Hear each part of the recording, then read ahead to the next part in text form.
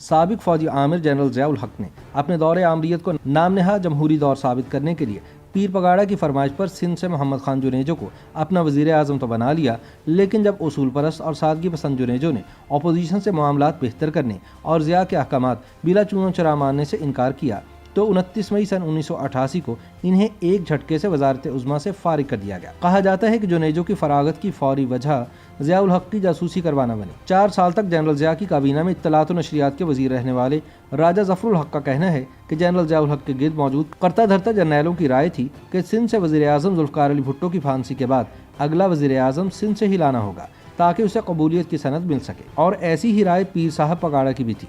वो कहते हैं कि फिर मामला फहमी और दयानतदारी का जो दर्जा मोहम्मद खान जुनेजो को हासिल था वो किसी दूसरे में कम ही था। इलाही बख्श सोमरो भी उम्मीदवार थे, लेकिन राजा ज़फ़रुल हक के बकौल फैसला साजों का इत्तफाक राय मोहम्मद खान जुनेजो पर ही था। ये तासुर भी आम है कि जनरल ज़ियाउल हक को एक नरम गुफ्तार सियासतदान की ज़रूरत थी जिसके अपने कोई अज़ाइम न हो, इसलिए उनकी नज़र इंतखाब मोहम्मद खान जुनेजो पर पड़ी, वरना 21 मार्च सन 1985 की रात तक किसी के वहमो गुमान में भी नहीं था कि सिंध के एक छोटे से गांव सिंदड़ी से ताल्लुक़ रखने वाले सादा मिजाज ज़मींदार मोहम्मद खान जुनेजो अचानक मुल्क के वज़ीर आज़म बन जाएंगे। वैसे भी पीर पगाड़ा ने इंतखाबात से कबल ये बात कह दी थी कि हम वज़ीर आज़म के लिए मोहम्मद खान जुनेजो उधार पर दे देंगे। वह सदर ज़ियाउल हक से साफ कह चुके थे कि वज़ीर आज़म का ताल्लुक़ अगर सिंध से होगा तो वो सिर्फ मोहम्मद खान जुनेजो होगा। मगर दिलचस्प बात यह है कि ज़ियाउल हक के जुनेजो से इख्तिलाफात इनके वज़ीर आज़म बनने से पहले ही शुरू हो गए थे।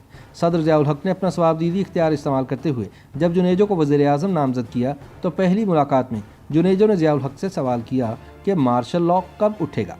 उनका कहना था कि जब वज़ीर आज़म होगा तो मार्शल लॉ तो नहीं चल सकता। लिहाजा इस मुलाकात के 12 मिनट बाद ही दोनों में इख्तलाफ सामने आ गया था। रावी बताते हैं कि जनरल ज़ियाउल हक के चेहरे पर नागवार तासुरात थे।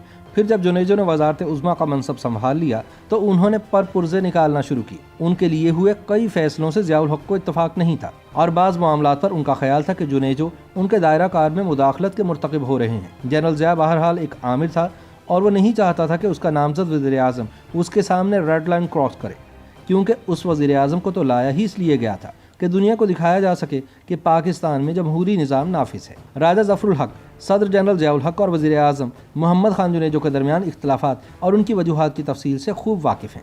वह बताते हैं कि अप्रैल सन 1986 में बेनज़ीर भुट्टो की वापसी के बाद से मुल्क में सरगर्म अपोजिशन जमातों से वज़ीर आज़म जुनेजो के राब्तों को फ़ौजी क़यादत पसंदीदगी की निगाह से नहीं देखती थी। जब जिनेवा मुआहदे से कबल जुनेजो ने अपोजिशन जमातों की ऑल पार्टीज़ कॉन्फ्रेंस मशवरे के लिए तलब की तो जनरल ज़ियाउल हक ने उन्हें कहा कि वो इस ऑल पार्टीज़ कॉन्फ्रेंस में शिरकत और खिताब करने के ख्वाहिशमंद हैं। जनरल ज़िया ने जुनेजो से कहा कि मैं जिनेवा मुज़ाकरात के हवाले से अपना मौक़िफ़ उन लोगों के सामने रखना चाहता हूँ कि मैं क्यों मुआहदे के हक़ में नहीं हूँ।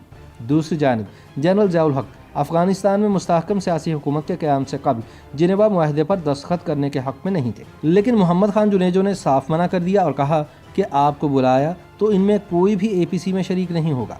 राजा ज़फ़रुल हक कहते हैं कि इस ऑल पार्टीज़ कॉन्फ्रेंस में अपोजिशन जमातों ने जुनेजो को हर तरह से ताउन का यकीन दिलाया, जो जनरल ज़ियाउल हक के लिए बड़ा धचका था। बहरहाल जनरल ज़ियाउल हक के मना करने के बावजूद जिनेवा मुआहदा किया गया। इस हवाले से जुनेजो ने गोलमेज़ कॉन्फ्रेंस भी मुनक्किद कराई जिसमें बेनज़ीर भुट्टो भी शरीक हुई।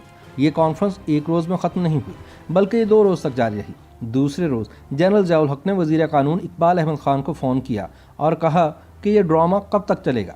फिर जनरल ज़िया ने कहा कि मैं आपको बता रहा हूँ कि अगर आप लोगों ने जिनेवा मुआहदे पर दस्तखत किए तो अवाम आपको दर्दनाक तरीके से मार डालेंगे। दरअसल ज़िया को जिनेवा मुआहदे के हवाले से जुनेजो की पॉलिसी से शदीद इख्तिलाफ था और वो कहते थे कि जुनेजो ने सारी अपोजिशन का मौक़िफ़ ले लिया है लेकिन मेरे मौक़िफ़ को अहमियत देने पर तैयार नहीं। राजा ज़फ़रुल हक कहते हैं कि मुझे अंदाज़ा हो गया था कि मामलात ख़राब हो रहे हैं, इसीलिए मैंने दोनों को इकट्ठा करने का फ़ैसला किया और एक रोज़ वज़ीर आज़म जुनेजो को साथ लेकर आर्मी हाउस चला गया। इस मुलाकात में ज़ियाउल हक ने मोहम्मद खान जुनेजो से उनकी हुकूमत और पार्लियामेंट की कारकर्दगी पर अदम इत्मीनान का इजहार किया और कहा कि आप काम नहीं करते, कोई कानून साजी नहीं हो रही, लोग मेरी गाड़ी रोक रोक कर इस पर मुक्के मारते हैं। इसके जवाब में जुनेजो ने कहा कि आप इतना तवील अरसा हुकूमत करते रहे हैं तो जो ज़रूरी काम थे वो आप कर जाते, मुझे तो पार्लियामेंट को साथ लेकर चलना है। लेकिन राजा ज़फ़रुल हक के मुताबिक जनरल ज़िया और जुनेजो के दरमियान जो मामला संगीन सूरत इख्तियार कर गया था वो ज़िया के घर की खुफिया निगरानी का था। ज़िया को ISI chief general Akhtar Abdurrahman की जानिब से बताया गया कि यह खुफिया निगरानी वज़ीर आज़म जुनेजो की हिदायत पर की जा रही है, आपके फ़ोन टेप किए जाते हैं और आमद-ओ-रफ्त की वीडियो भी बनती है। ताहम जुनेजो कहते हैं कि ना मेरा फ़ोन टेप करने से कोई ताल्लुक़ था اور نہ ان کے گھر آنے جانے والوں کی ویڈیو بنانے کا کبھی میں نے کہا اور نہ ہی یہ میرے علم میں تھا۔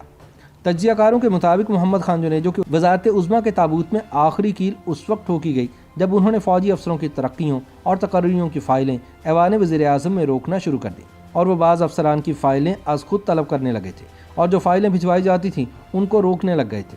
ایک بڑا اختلاف جنرل مرزا اسلم بیگ کی بطور وائس چیف آف سٹاف کی تقرری کا بھی تھا۔ جنرل ضیاء کا خیال تھا کہ یہ تقرری ان کی مرضی سے ہونی چاہیے اور وہ اسلم بیگ کو اس منصب پر فائز نہیں کرنا چاہتے تھے، لیکن جنیجو نے ان سے اتفاق نہیں کیا اور کہا کہ یہ وزیر اعظم کا اختیار ہے۔ اس طرح انہوں نے جنرل اسلم بیگ کو vice chief of army staff مقرر کر دیا، جس میں جنرل ضیاء کی مرضی شامل نہیں تھی۔ تب کہ ISI کے سربراہ جنرل اختر عبد الرحمان کی مدت ملازمت میں غیر معینہ مدت کی توسیع پر جنیجو کو سخت اعتراض تھا۔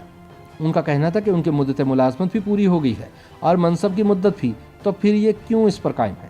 اس طرح کے کئی واقعات کے بعد بالآخر 29 مئی سن 1988 کا وہ دن آیا جب جنیجو جاپان کے دورے سے واپس آئے تو ایئرپورٹ لینڈنگ کے وقت جنرل ضیاء نے انہیں وزارت عظمیٰ سے برطرف کر دیا۔ یعنی ایک وزیر اعظم غیر ملکی دورے سے واپس آیا تو اسے پتہ چلا کہ اب وہ وزیر اعظم نہیں ہے۔ YouTube پر گوگلی نیوز دیکھنے کے لیے youtube.com کی سرچ بار میں googly news T V type کریں۔ گوگلی نیوز کے پیج پر سرخ رنگ کے سبسکرپشن والے بٹن پر کلک کرنا نہ بھولیے۔ YouTube پیج پر اپلوڈ ہونے والی ویڈیوز سے باخبر رہنے کے لیے بیل آئیکن پر کلک کیجیے۔ آپ کو ہر نئی ویڈیو کے بارے میں نوٹیفیکیشن موصول ہو جائے گا۔